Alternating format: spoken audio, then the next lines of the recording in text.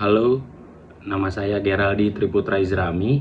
Berikut ini adalah presentasi untuk proposal program Public Relation Rock Nation untuk memenuhi UAS Manajemen Public Relation. Perusahaan yang akan saya buatkan program Public Relation-nya adalah Rock Nation. Rock Nation adalah brand dan toko online yang menjual merchandise resmi bertema musik, khususnya rock dan sejenisnya. Judul dari program Public Relation ini adalah Loud and Proud, Musik, Merchandise, dan Komunitas. Judul ini dipilih untuk menggambarkan dua hal utama, semangat yang loud dari genre musik rock dan metal yang identik dengan energi, kebebasan, dan ekspresi yang kuat, serta sikap proud sebagai bentuk kebanggaan penggemar terhadap identitas komunitas dan kecintaan mereka terhadap musik. Dengan memadukan dua kata ini, rocknation.id ingin menekankan bahwa membeli merchandise bukan hanya soal gaya, tapi juga bentuk nyata dari loyalitas terhadap musik dan komunitasnya. Komunikator perusahaan. Yang menjadi komunikator perusahaan adalah salah satunya owner atau founder dari rocknation.id. Yang kedua adalah musisi lokal yang berkolaborasi. Lalu yang ketiga, influencer fashion atau micro influencer untuk menyebarkan program atau produk-produk yang dijual oleh Rock Nation. Selanjutnya, segmentasi atau target market. Segmentasi yang pertama adalah penggemar musik rock dan metal berusia 18-40 tahun. Kelompok ini memiliki loyalitas tinggi terhadap genre dan cenderung aktif di platform digital. Lalu yang kedua, komunitas band lokal dan indie. Mereka memiliki peran penting dalam menyebarkan pengaruh dan menciptakan ekosistem musik yang hidup. Yang ketiga, kolektor merchandise original. Segmen ini memandang merchandise sebagai bagian dari identitas dan koleksi personal. Yang keempat, pelaku industri kreatif dan penyelenggara event music. Mereka adalah mitra strategis dalam memperluas jangkauan program ini. Semua segmentasi ini ditetapkan karena mereka memiliki ketertarikan tinggi terhadap merchandise sebagai bentuk ekspresi dan loyalitas. Selain itu, komunitas ini sangat aktif di media sosial dan acara musik yang sesuai dengan gaya program public relation yang dirancang. Lalu selanjutnya, media promosi. Media yang digunakan untuk promosi adalah yang pertama, media sosial.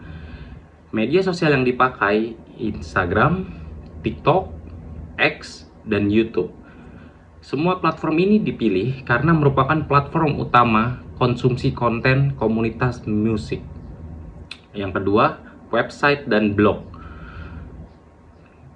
Media ini menjadi pusat informasi resmi serta sarana edukasi melalui artikel, katalog produk, dan cerita di balik merchandise.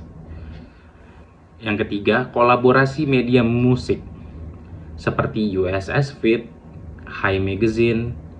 Semua itu untuk memperluas kredibilitas dan jangkauan promosi. Yang keempat, email marketing dan newsletter. Sebagai sarana membangun loyalitas melalui pengiriman konten eksklusif dan promosi khusus. Yang kelima, offline activation. Dalam offline activation, Rock Nation akan membuat booth di konser, pop-up store, hingga festival musik untuk menciptakan interaksi langsung dengan audiens. Semua media ini dipilih berdasarkan kebiasaan konsumsi konten target audiens dengan perpaduan antara digital dan offline. Kolaborasi dengan media musik memperkuat jangkauan, sedangkan offline activation membantu membangun pengalaman langsung dan koneksi emosional. Selanjutnya adalah waktu pelaksanaan. Waktu pelaksanaan yang diambil adalah Agustus sampai November 2025. Kenapa dipilih antara Agustus sampai November? Karena periode Agustus hingga November dipilih karena merupakan waktu puncak kegiatan musik di Indonesia, di mana banyak festival rock atau festival musik banyak digelar di Indonesia. Momentum ini memungkinkan program mendapatkan perhatian maksimal dari target audiens yang sudah aktif secara musiman.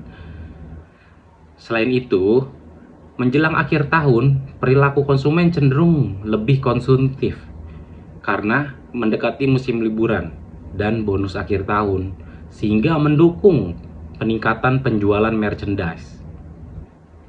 Selanjutnya, strategi pengemasan. Strategi pengemasan yang dipakai dengan menggunakan pesan dan tagline yang spesifik. Gaya komunikasi akan dibuat energik, emosional, dan membangkitkan semangat komunitas. Fokus pada narasi bahwa membeli merchandise adalah bentuk dukungan terhadap musisi favorit. Contoh yang pertama ialah menggunakan nada emosional, penuh semangat, dan identifikasi komunitas. Contohnya, konten video singkat yang menampilkan kisah nyata seorang fans yang menyimpan kaos band favoritnya selama 10 tahun sebagai simbol perjuangan hidupnya. Pesan emosional ini disampaikan dengan musik latar band terkait. Tentunya ini akan memperkuat koneksi. Lalu yang kedua, menggunakan pendekatan storytelling yang mengangkat perjuangan musisi dan loyalitas fan. Contohnya, buat video di YouTube berjudul "Di balik desain kaos band A". Lalu di sana menampilkan desainer merchandise dan musisi bercerita tentang makna di balik artwork, diselingi footage panggung dan behind the scene dari band A tersebut. Yang ketiga, menggunakan tagline "Ini bukan cuma kaos, ini simbol loyalitas". Tagline ini dipilih untuk memperkuat makna bahwa setiap merchandise membawa pesan, nilai, dan kebanggaan. Contoh, tagline ini dimunculkan di akhir setiap konten video promosi, dicetak di bagian label dalam kaos eksklusif, dan menjadi bagian dari desain stiker atau kartu ucapan yang dikirimi bersama paket pembelian.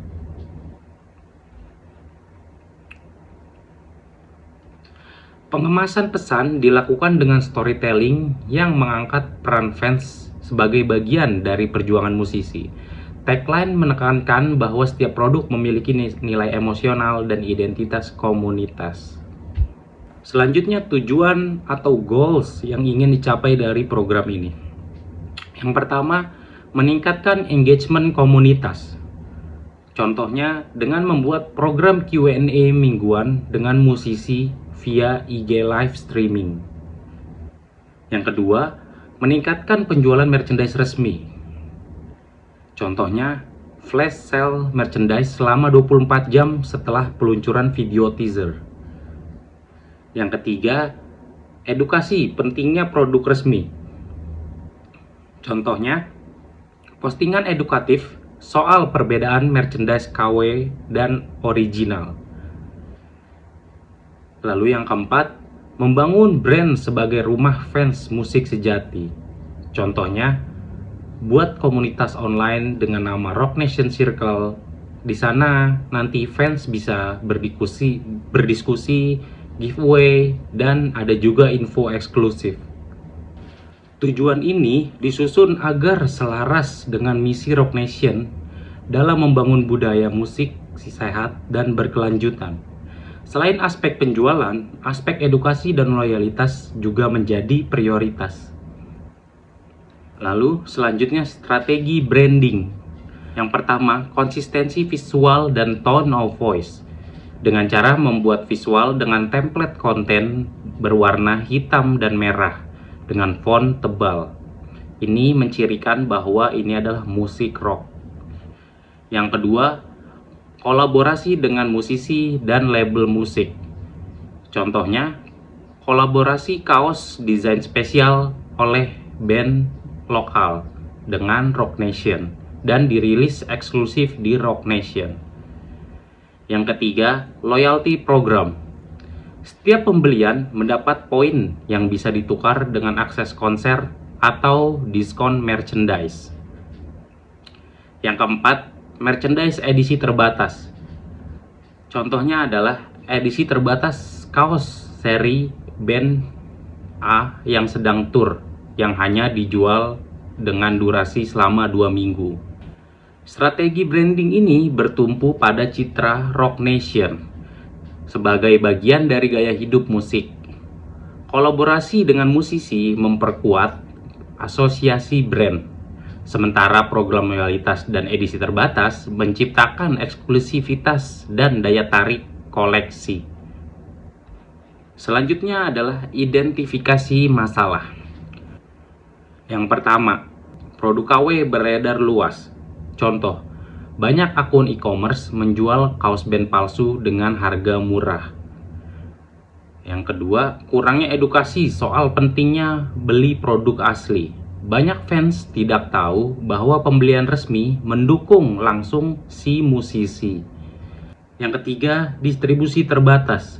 Contohnya, fans di luar Jabodetabek kesulitan mengakses produk resmi karena belum tersedia di kota mereka.